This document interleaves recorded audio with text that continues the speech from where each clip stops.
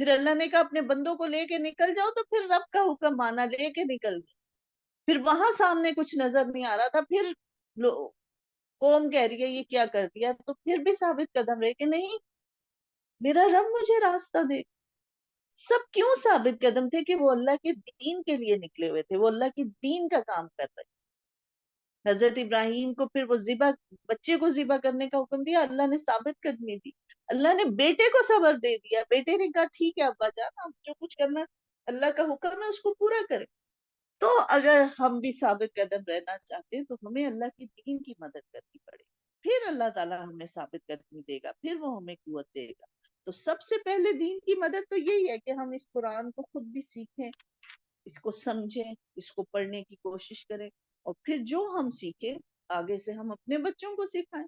اگر کوئی اور بھی آ کے ارد گرد سے سیکھنا چاہتا ہے تو موسٹ ویلکم. باقی اللہ نے الحمدللہ خاندان دیا ہوا ہے، بچے دیے ہیں، بہن بھائی ہیں، ان کو ہم بتانا شروع کر دیں. تو یہ ہے اللہ کے دین کی مدد. اس جنت کی صرف جس کا پرہیزگاروں سے وعدہ کیا گیا یہ ہے کہ اس میں پانی کی نہریں ہیں جو بدبو کرنے والا ہے، صاف شفاف پانی ہے، اور دودھ کی نہریں جن کا مزہ نہیں بدلتا. یہ دنیا میں تو دودھ ہے نا فوراً خراب ہوتا ہے، اور اسپیشلی اب گرمی آ گئی ہے تو ہر وقت دودھ کی فکر رہتی خراب نہ ہو. اللہ تعالیٰ کہہ رہے ہیں دیکھو وہ جو جنت ہے نا اس کا تم ذرا بتاؤ کہ یہ جو پرہیزگاروں سے وعدہ کیا گیا ہے اس کا ذرا منظر اس کو بتاؤ، ان لوگوں کو ان کے اندر شوق پیدا ہو کہ وہاں جو دودھ کی نہریں بہ رہی ہیں ان کا مزہ کبھی نہیں بدلے گا، وہ دودھ خراب نہیں ہوگا. اور پھر مشروبات کی نہریں جن میں پینے والوں کے لیے بڑی لذت ہے، اور شہد کی نہریں جو بہت صاف ہے، اور ان کے لیے وہاں ہر قسم کے میوے ہیں، ان کے رب کی طرف سے مغفرت ہے. کیا یہ مثل اس کے ہیں جو ہمیشہ آگ میں رہنے والا ہے، اور جنہیں گرم کھولتا ہوا پانی پلایا جائے گا جو ان کی آنتوں کو ٹکڑے ٹکڑے کر دے گا. یعنی ایک وہ جنت ہے جس کی نہروں کا ذکر ہے، صاف پانی کا ذکر ہے، دودھ، شہد. کیا یہ اس کے برابر ہو سکتے ہیں کہ جہنم میں جو چلا جائے گا وہ آگ میں رہے گا، پھر اس کو پینے کے لیے بھی کھولتا ہوا پانی دیا جائے گا؟ تو پھر کس کے لیے ہمیں کام کرنا ہے؟ جنت والے جانے کے کام کرنے یا جہنم میں جانے والے کام کرنے؟ اب یہ فیصلہ تو پھر انسان ہی کرے گا نا. اللہ نے اس کو عقل دی ہے کہ ہم نے کس طرف جانا ہے. تو کیا یہ قیامت کا انتظار کر رہے ہیں؟ یعنی پھر اپنے عمل کیوں نہیں اب بدلتے؟ کیا قیامت کا انتظار کر رہے ہیں کہ وہ ان کے پاس اچانک آ جائے؟ تو یقیناً اس کی علامتیں تو آ چکی ہیں، پھر جب کہ ان کے پاس قیامت آ جائے انہیں نصیحت کرنا کہاں ہوگا. اے نبی آپ یقین کر لیں کہ اللہ کے سوا کوئی معبود نہیں، اور اپنے گناہوں کی بخشش مانگا کریں، اور مومن مردوں اور مومن عورتوں کے حق میں بھی اللہ تم لوگوں کی آمد و رفت کی اور رہنے سہنے کی جگہ کو خوب جانتا ہے. نبی صلی اللہ علیہ وآلہ وسلم نے فرمایا میری بعثت اور قیامت ان دو انگلیوں کی طرح ہے. آپ نے دو انگلیاں ملا کر، یعنی یہ اتنی قریب ہے. اصل میں یہ کیا کہہ دیا کہ اب جو اہم کام ہونے تھے نا دنیا میں، اہم واقعات وہ ہو چکے ہیں. وہ تھا نبیوں کا آنا اور کتابوں کا آنا. تو آخری کتاب آ چکی ہے، آخری نبی آ چکے ہیں، آ کے جا چکے ہیں. اب قیامت بہت قریب ہے. اب قیامت کی نشانیاں، نبی صلی اللہ علیہ وسلم کو بھی قیامت کی نشانی کہا گیا کہ اب جو اس دنیا میں جو بڑے واقعات ہونے تھے وہ ہو چکے ہیں. تو اس لیے کہا کہ میں اور قیامت اس طرح اکٹھے. تو فرمایا جا رہا ہے کہ اب یہ کس چیز کا انتظار کر رہے ہیں؟ آپ یقین کر لیں. اب یہ ہر پڑھنے والے کو کہا جا رہا ہے فَعْلَمْ أَنَّهُ لَا إِلَهَ إِلَّا اللَّهُ. اتنا کچھ تمہیں بتا دیا ہے، آیتیں کھول کھول کے سنا دی ہیں. اب اس کا کنکلوژن کیا ہے کہ یقیناً اللہ کے سوا کوئی الہ نہیں. یہ ساری جو پڑھ کے سنایا جا رہا تھا، جو سارے نیک لوگوں کی باتیں بتائی جا رہی تھی، عذاب کا ذکر آ رہا تھا، جنت، اس لیے کہ بس اب تمہیں یقین آ جائے کہ اللہ کے سوا کوئی عبادت کے لائق نہیں ہے، کوئی معبود نہیں ہے، وہ اکیلا ہی ہے. اور پھر ہم کیا کریں؟ اب اپنے گناہوں کی بخشش کریں. صرف اپنے گناہوں کی بخشش نہیں مانگنی، مومن مردوں اور مومن عورتوں کے لیے. تو ہم مانگ لیتے ہیں اللہم اغفر للمؤمنین والمؤمنات والمسلمین والمسلمات، اللہم اغفر لی ولوالدی، اپنے لیے بھی، اپنے والدین کی مغفرت کے لیے بھی، اور پھر مومن مردوں اور عورتوں کے لیے بخشش کی دعا مانگا کریں. اللہ تم لوگوں کی آمد و رفت کی اور رہنے سہنے کی جگہ کو خوب جانتا ہے. یعنی اللہ کو پتہ ہے کہ کون کب اس دنیا میں آیا، کون کب واپس جائے گا، کہاں دفنایا جائے گا، سب اللہ تعالیٰ کو علم ہے. اے ایمان والو اللہ کی اطاعت کرو اور رسول کا کہا مانو اور اپنے اعمال کو غارت نہ کرو. جن لوگوں نے کفر کیا اور اللہ کی راہ سے اوروں کو روکا پھر کفر کی حالت میں ہی مر گئے اللہ انہیں ہرگز نہیں بخشے گا. ہاں تم وہ لوگ ہو جو اللہ کی راہ میں خرچ کرنے کے لیے بلائے جاتے ہیں تو تم میں سے بعض بخل کرنے لگتے ہیں اور جو بخل کرتا ہے تو وہ دراصل اپنی جان سے ہی بخل کرتا ہے. اللہ تعالیٰ غنی ہے اور تم فقیر ہو تم محتاج ہو. اگر تم منہ پھیر لوگے تو وہ تمہارے بدلے تمہارے سوا اور لوگوں کو لے آئے گا پھر وہ تم جیسے نہ ہو. تو یہاں پہ کیا اللہ تعالیٰ فرما رہے ہیں کہ جب ہم ان لوگوں کو اللہ کی راہ میں بلاتے ہیں کہ اللہ کی راہ میں خرچ کرو یا اللہ کے دین کے راستے پہ لگ جاؤ قرآن کو پڑھو قرآن کو سمجھو اللہ کے دین کی مدد کرو تو یہ بخل کرنے لگ جاتے ہیں. اور کہا کہ جو بخل کرے گا وہ اپنی نفس کے ساتھ ہی بخل کرے گا کیونکہ اللہ تو غنی ہے. واللہ غنی وانتم الفقراء تم محتاج ہو. اگر ہم بخل کریں گے اگر آج ہم اس کتاب کے لیے ٹائم نہیں نکالیں گے اپنے جسم کو نہیں تھکائیں گے اس کو پڑھنے کے لیے اپنے مال کو نہیں لگائیں گے اس کو پڑھنے کے لیے تو ہم کیا پھر اللہ کے دین کی مدد کریں گے. پھر کہا کہ اگر تم نہیں کرو گے تو اللہ تمہارے بدلے اور لوگوں کو لے آئے گا پھر وہ تم دین کی مدد کریں گے پھر وہ تمہارے جیسے نہیں ہو پھر وہ ان کو وہ مل جائے گا آنر. اللہ کو تو ہماری مدد کی ضرورت ہی نہیں ہے نا. اللہ کو ہماری مدد کی ضرورت نہیں ہے اللہ کے دین کو ہماری مدد کی ضرورت نہیں ہے. دین قائم رہے گا دین نے سر بلند ہی رہتا ہم جیسوں کو اس کی ضرورت نہیں ہے. وہ تو اللہ نے وعدہ کیا ہوا ہے قرآن کو کی حفاظت کا وعدہ کیا ہے. یہ دین اسلام لے کر آئے آخری کتاب آئی اللہ نے وعدہ کیا ہوا ہے. اللہ نے نبی صلی اللہ علیہ وسلم کا نام زندہ رکھنے کا وعدہ کیا ہر وقت ان کا نام لیا جا رہا ہے. لیکن دنیا میں تو ہر لمحے ان کا نام لیا جا رہا ہے. کہتے دنیا میں کوئی لمحہ ایسا نہیں ہے جہاں اذان نہیں ہو رہی ہوتی. ایک جگہ ختم ہوتی دوسری جگہ شروع ہوتی دوسری 24 گھنٹے کہیں نہ کہیں وہاں محمد صلی اللہ علیہ وسلم کا نام لیا جا رہا ہے. کافر مذاق اڑاتے تھے جب ان کا بیٹا فوت ہو گیا مذاق اڑانے لگے کہ اب اس کا نام لینے والا ہی نہیں کوئی رہا یہ تو اس کی تو جڑ ہی کٹ گئی. اللہ تعالیٰ نے فرمایا کہ نہیں تمہارا دشمن جڑ کٹا ہوگا تمہارا نام تو میں بلند کروں گا. وہی بات ہے آج ہر جگہ ان کا لیکن وہ تو اللہ کا دین بلند ہو گیا ہم اپنے حصے کا کچھ کام کر رہے ہیں. اگر ہم نہیں کریں گے دین تو بلند ہی رہے گا. دین کو ہمارے نام لینے یا نہ لینے سے ہمارے پڑھنے یا نہ پڑھنے سے کوئی فرق نہیں پڑے گا. اصل کیا ہوگا کہ ہم پیچھے رہ جائیں پھر اللہ تعالیٰ ہماری جگہ ان لوگوں کو لے آئے گا جو ہمارے جیسے نکمے نہیں ہوں گے. پھر وہ تو خوب خوب اس کے ذریعے پھر اللہ نے وعدہ کیا نا کہ پھر میں ان کے ذریعے کام کروا لوں گا. تو وہ تو ایسا بھی وقت دین پہ آ گیا تھا کہ اللہ تعالیٰ نے پھر مسلمانوں کو پہلے تو چنگیزوں کے ہاتھوں خوب ہی مروایا خوب انہوں نے مسلمانوں کا قتل کیا. اتنی نفرت تھی ان کے دل میں مسلمانوں کے لیے کہ وہ بادشاہ باہر نکلتا تھا تو وہ کہتا تھا کہ میرے راستے میں کوئی مسلمان نہ آئے. اور پھر وہ اللہ نے کیسے اپنے دین کی حفاظت کی کہ وہی جو دشمن تھے جو اسلام کا نام نہیں سننا چاہتے تھے مسلمان کی شکل نہیں دیکھنا چاہتے تھے انہی کے دل میں ایمان کی محبت ڈال دی. اور وہی ایک بادشاہ مسلمان ہو گیا. پھر اس نے جو فتوحات شروع کی اور اتنا عرصہ جو ہے تو وہ کیا کہتے ہیں کہ پاسباں مل گئے کعبے کو صنم خانے سے یعنی کعبے کی حفاظت کرنے والے صنم خانے جو بت کدا تھے جو بت پرستی کر رہے تھے انہی میں سے اللہ نے لوگوں کو ہدایت دے دی اور وہ اس کے دین کا نام سربلند کرنے کے لیے نکل کھڑے تھے. تو یہ اللہ تعالیٰ فرما رہے ہیں کہ دیکھو اگر تم بخل کرو گے اس کی راہ میں تو تم اپنی نفس کے ساتھ ہی بخل کرو گے اس کا تمہیں ہی نقصان ہوگا. اللہ کو کوئی نقصان نہیں ہوگا. اللہ کے دین کو ہم کوئی نقصان نہیں پہنچا سکتے کیونکہ اللہ تعالیٰ تو غنی ہے ہم محتاج ہیں. اور اگر ہم منہ پھیر لیں گے نہیں اس دین کو اٹھائیں گے نہیں اس کا کام کریں گے پھر اللہ تعالیٰ ہمیں مار دے گا اور ہمارے سوا دوسرے لوگ لے آئے گا اور پھر ان سے وہ دین کا کام کروا لے گا تو ہم ہی نقصان میں رہ جائیں گے. اللہ ہمیں معاف فرمائے اور ہم تیار ہو جائیں کہ نہیں اللہ تعالیٰ ہمیں آپ کی دین کی راہ پہ چلنا ہے ہمیں آپ کی مدد کرنی ہے ہمیں آپ کے دین کی مدد کرنی ہے. ہم بتائیں اللہ کو کہ نہیں اللہ تعالیٰ ہم کرنا چاہتے ہیں ہم آپ کے راستے پہ چلنا چاہتے ہیں. تو اپنے لیے اپنی اولاد کے لیے ہم خوب خوب دعا کریں کہ اللہ تعالیٰ ہم سے وہ کام کروا لے جس سے اللہ ہم سے راضی ہو جائے.